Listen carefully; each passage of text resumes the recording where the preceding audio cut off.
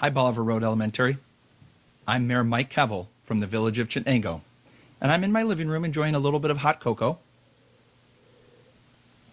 and some chocolate cookies.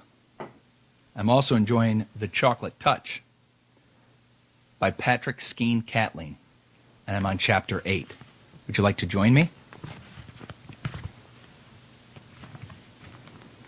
English class passed without incident. Miss Plimsoll distributed word lists for her pupils to take home. "The more words you know," she explained, as always, "the more exactly you can think." There were some difficult new words, John noticed. Avarice, indigestion, acidity, unhealthiness, moderation, digestibility.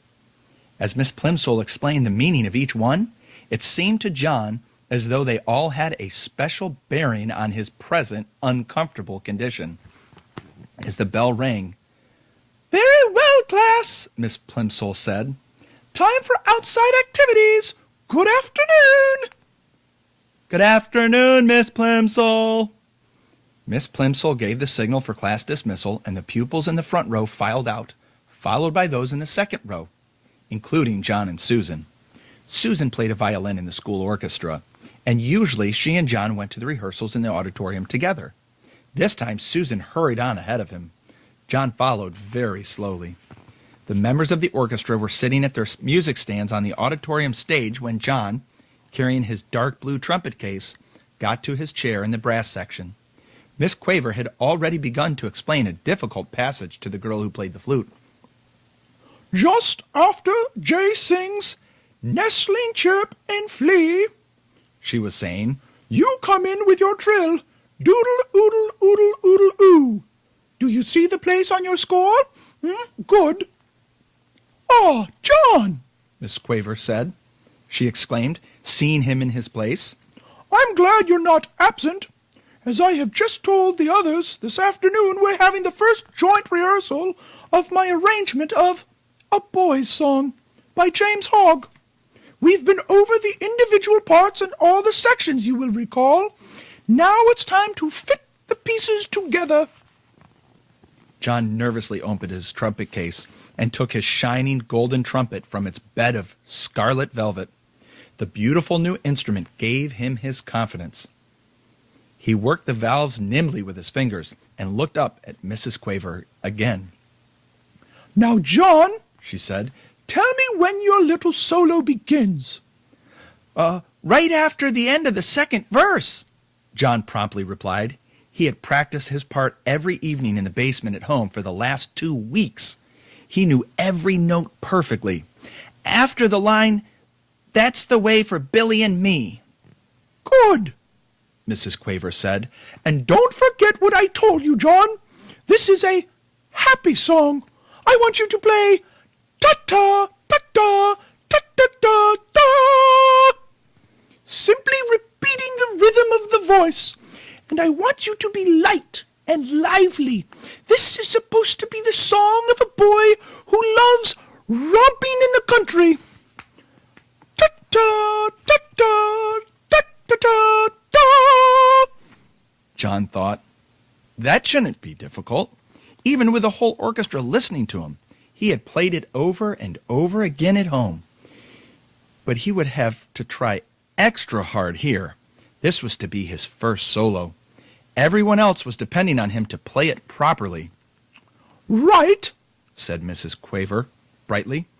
With her baton, she rapped twice sharply on the music stand before her. All the musicians brought their instruments into playing position.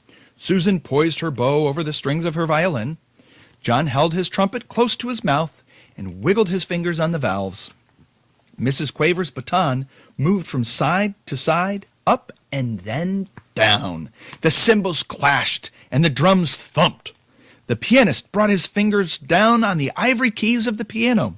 The violinist and cellists made their wheeling and whumping sounds. All were in perfect unison. The rehearsal began. The rehearsal had begun. After the introduction, one of the older boys began to sing. where the pools are bright and deep, where the gray trout lies asleep, up the river and over the lea. That's the way for Billy and me. After the last line of the first verse, John's fellow trumpeter echoed the rhythm of the singer's voice. Ta-ta, ta-ta, ta-ta-ta-ta-ta. Mrs. Quaver smiled approvingly at the successful performance. With her baton, gave the singer the signal to begin the second verse, where the blackbird sings the latest. An oboe went beep, where the hawthorn blooms the sweetest, where the nestling chirp and flee. The flute warbled according to plan. That's the way for Billy and me. John swallowed with an effort and put the mouthpiece of his trumpet to his lips for his solo. The mouthpiece instantly changed to chocolate. Then, almost as fast, the chocolate spread along the instrument, changing all the flashing gold into dull brown. The first note came out fairly true, ta! But chocolate trumpets cannot withstand much pressure. The hole in the mouthpiece softened and clogged up, and the valve stuck as John desperately tried to finish his part. Mrs. Quaver's eyes almost popped out of her head as she listened to him play. Ta ta ta. It sounded as though John were trying to play a soap-filled bubble pipe. Terribly flustered, he put down his trumpet. Mrs. Quaver was speechless. The orchestra was rocked by uproarious laughter. The other trumpeter leaned over toward John's chair and picked up the trumpet. "It's a chocolate trumpet!" he shouted derisively. "No wonder it sounded like that.